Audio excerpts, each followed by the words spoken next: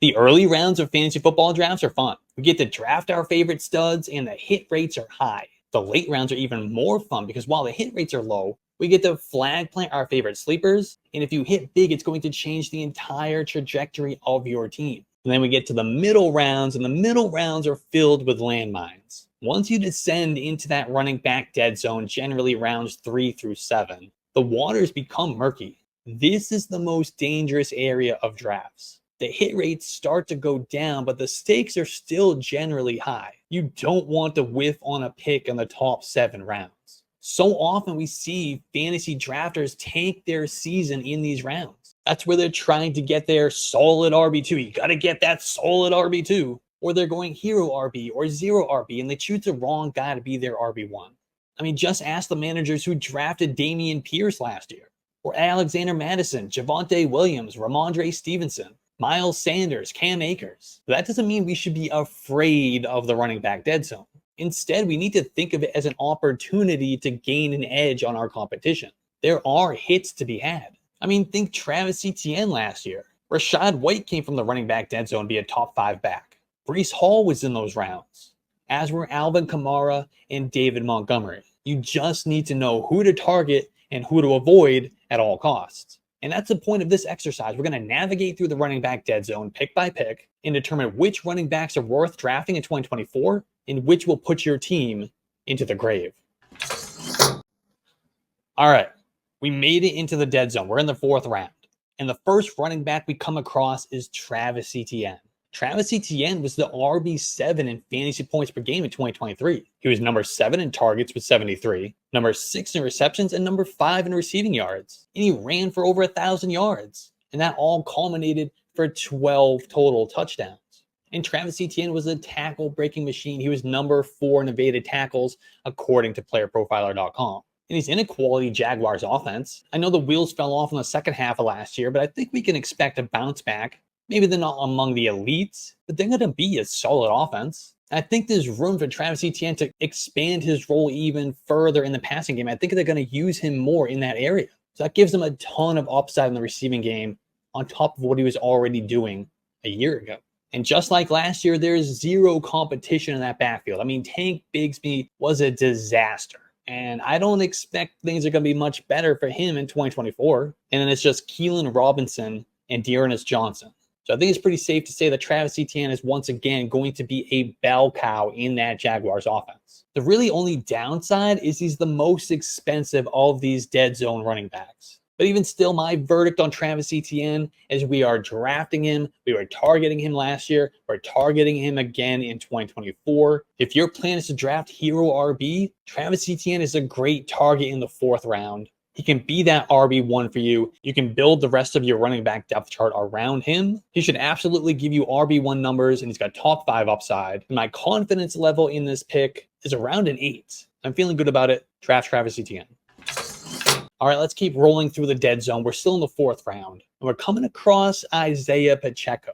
Isiah Pacheco averaged 15.3 fantasy points per game in 2023. He was the RB14. And just like Travis Etienne, he faces very little backfield competition. So he's going to continue to be the workhorse in that Chiefs offense. And we know being a part of that Chiefs offense means there's a ton of touchdown upside. I mean, Isiah Pacheco had 50 red zone touches in 2023, and that was number 7 among all running backs. I think we all expect that Chiefs offense to be much better in 2024 than it was in 2023, which means more trips to the red zone, which means more touchdown opportunities. So those numbers could go up for Isiah Pacheco. And Isiah Pacheco, he's an underrated receiver out of the backfield. He was targeted 49 times in 2023, and he could be more involved in the passing game in 2024. That's because Jerick McKinnon is gone. So we can see all those numbers, targets, receptions, receiving yards, all go up for Isiah Pacheco.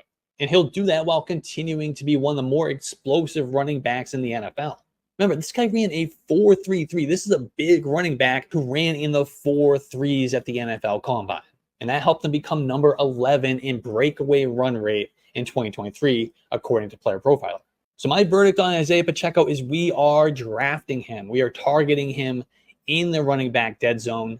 I've always been a Pacheco guy going back to his rookie season. That hasn't changed. I feel like a proud dad watching Isiah Pacheco flourish in the NFL, coming from a 7th round pick. So maybe I'm a little biased, but my confidence level on this pick is about a 9. All right, we are out of the 4th round and we're cracking into the 5th round. Oh, there's Josh Jacobs. And Josh Jacobs, he's on a new team. And the Packers just might be the best offense he's ever been a part of. Now, I think it's pretty safe to say, given the contract, they target him in free agency, he's going to be a workhorse in that backfield, but he's not going to be a bell cow. But more on that in a minute. Back to this Packers offense. The Packers offense was really good last year, especially in the second half. Jordan Love proved to be a quality NFL quarterback, and he might be ascending towards elite. So that's going to be a good offense. They got weapons, all that.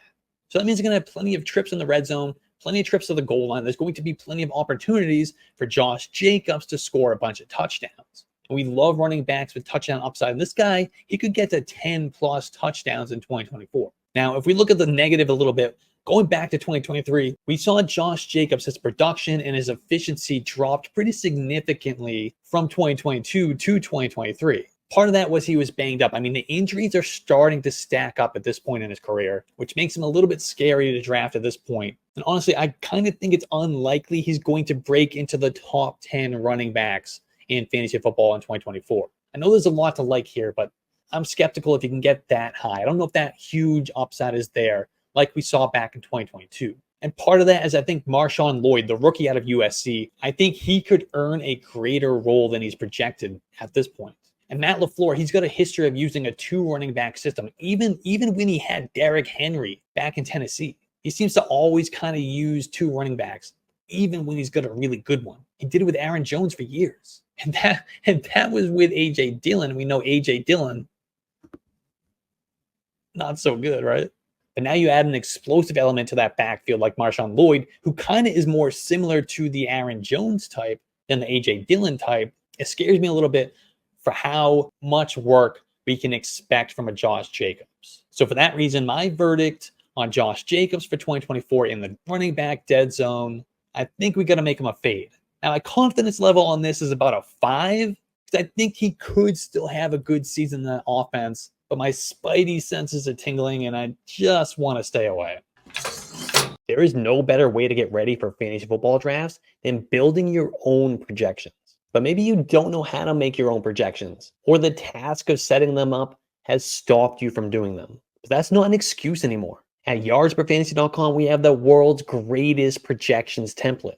It is fully customizable for any scoring settings and loaded with features for the most experienced projections builders. But at the same time, it's so easy to use and comes with a complete guide and video tutorial that even first-time users find it a breeze to make their own projections. It's completely preloaded so you can start right away, and you have the power to make it as simple or as complex as you'd like. So check out our projections template. It's less than $10 and it's available now at yardsperfantasy.com. Building projections has never been this easy.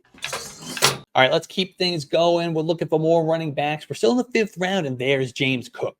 And James Cook is coming off a very strong finish, a very strong second half from 2023. He was a top 12 running back for 4 straight weeks from weeks 11 through week 15. However, he had just 3 other top 15 performances the rest of the season. That's both prior and after that. But he was still able to finish number 4 in rushing yards. He was number 10 in carries. And while I think he's kind of an overrated receiver out of the backfield, he still ended up number 19 in targets with 54. He had 44 receptions, which were 17th among running backs. And he was number 25 in target share among running backs. Then the Bills went out and upgraded the depth behind James Cook by adding Ray Davis in the draft. Ray Davis is a good running back. He's a bigger running back. He's going to take over some of that Latavius Murray role, be that grinder between the tackles, be that short yardage back. And what makes me nervous for James Cook is Ray Davis is probably going to get the goal line work on top of all the touches that Josh Allen takes away down there as well. So that tells me that James Cook has low touchdown upside.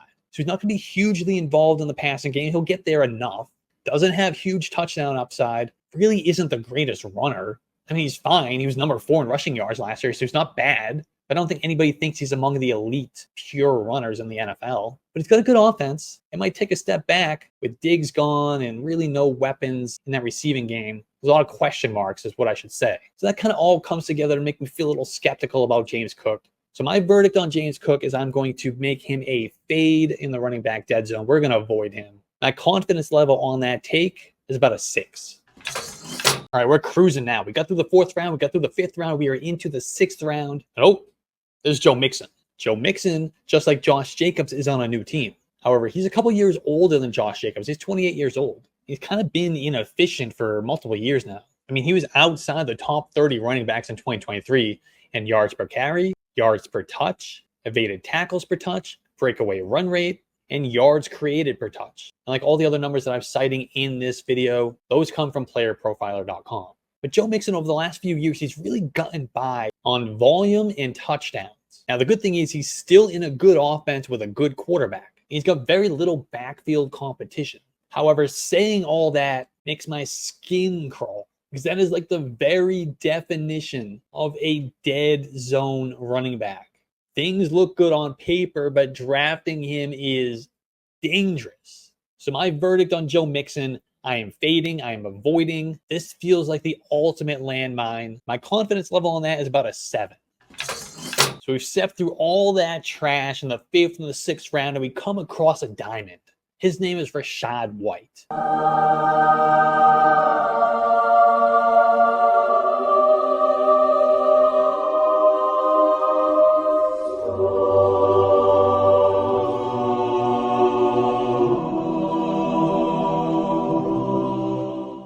Rachaad White was the steal of 2023 drafts. Is going to be the steal again in 2024. He should not be in this 6th round.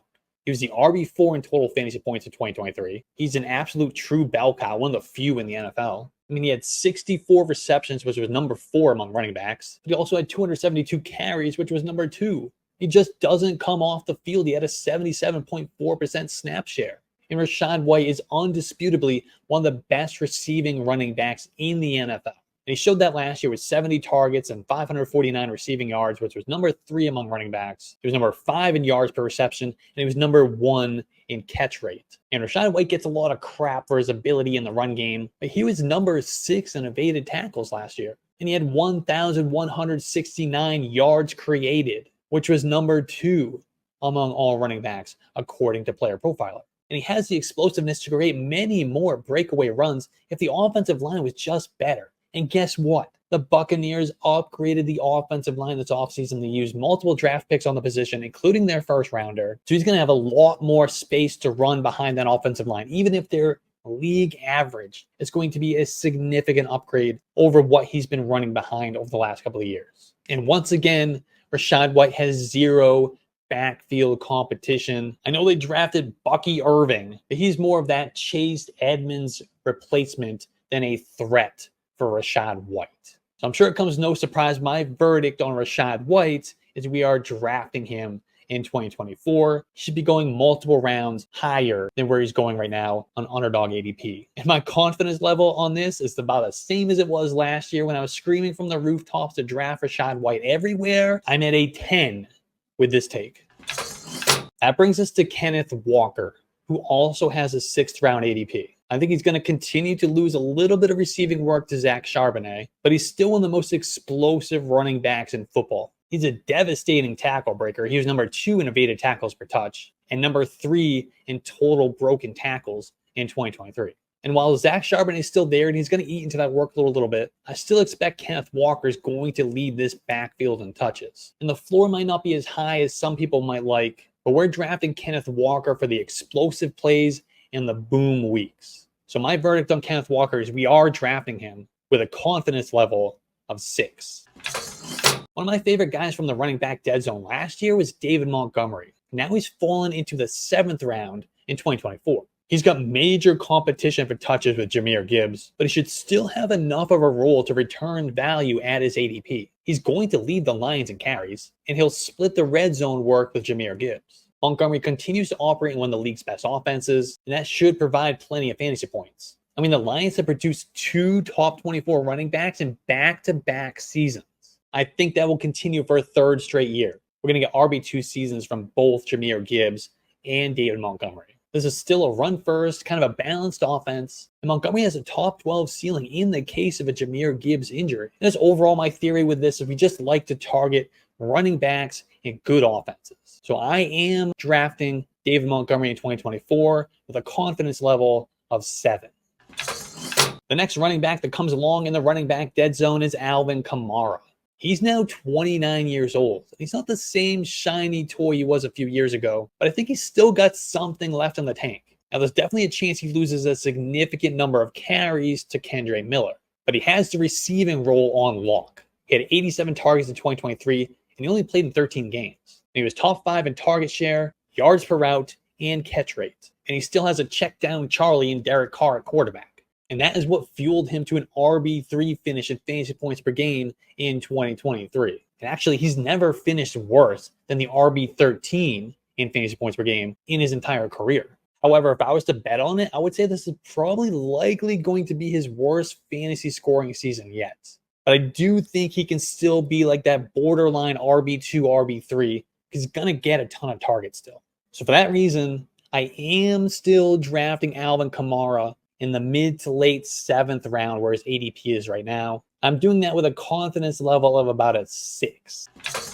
Up next is Aaron Jones, another old running back. And the first instinct is to be excited about Aaron Jones working in an above average Vikings offense. But then we remember that Kirk Cousins is gone, and they're now working with Sam Darnold and a rookie at quarterback. And it's like, can this offense even reach average? Then we factor in that Aaron Jones, now 29 years old, coming off an injury-riddled 2023 season. I mean, he still showed plenty of explosion last year, but the injuries and the wear and tear are really starting to add up. I think Ty Chandler could present more backfield competition than expected. And honestly, even if Aaron Jones hits, I really don't think he can hurt you by not drafting him.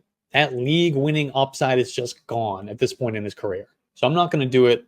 I'm going to fade Aaron Jones in 2024. I feel pretty good about that. I got a confidence level of about 7. We all agree that the best part of fantasy football is the draft, right? I used to have to stop myself from drafting too many teams because how am I going to manage that many rosters during the season? I don't have time for all that. That's where Underdog Fantasy comes in. On Underdog, all you do is draft. No lineup setting, no waiver wire, just draft, and you're done. And you can win real money. I'm drafting teams everywhere I go. I'm drafting in line at the grocery store. I'm drafting while I'm cooking dinner. And don't tell my boss, but I'm drafting teams on Underdog all day while I'm at work. There's no limit. So get on Underdog Fantasy, use promo code YARDSPER to get your pick'em special and your $250 deposit bonus, and start drafting morning, day, and night. Whoa, there's Mr. Moneybags, Rhamondre Stevenson in the 7th round.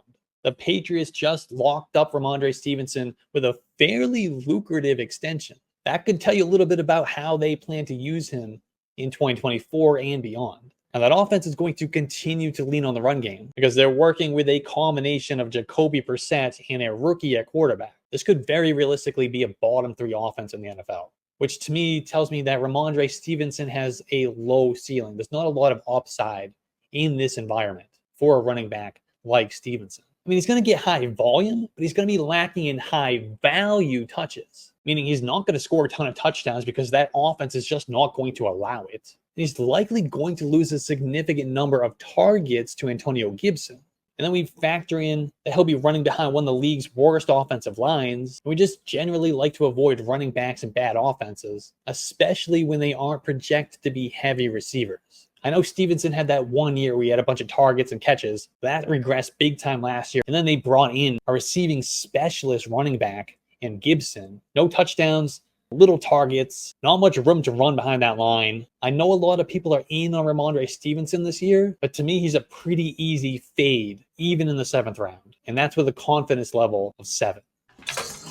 And that brings us to the last guy in the running back dead zone, and that is Najee Harris. Najee Harris is in a run-heavy offense. He's playing for a new contract, so he's going to be very motivated. He's probably a lock for about 250 or more carries. I know he gets a lot of hate, but he's run for 1,000 yards or more in all 3 of his seasons. And that offense could exceed expectations with Russell Wilson at quarterback. We'll get some explosive runs from Najee Harris. He was top 5 in runs of 15 yards or more in 2023. And of course, he's going to continue to split touches with Jaylen Warren. That offense is going to be backfield-centric, so there's going to be plenty of touches for both Najee Harris and Jaylen Warren. They can both eat in this offense. So for that reason, I've been pressing the button on Najee Harris a little bit here in the end of the 7th round. I'm drafting him. Sometimes it feels a little gross. I only got a confidence level about 5, but we're doing it.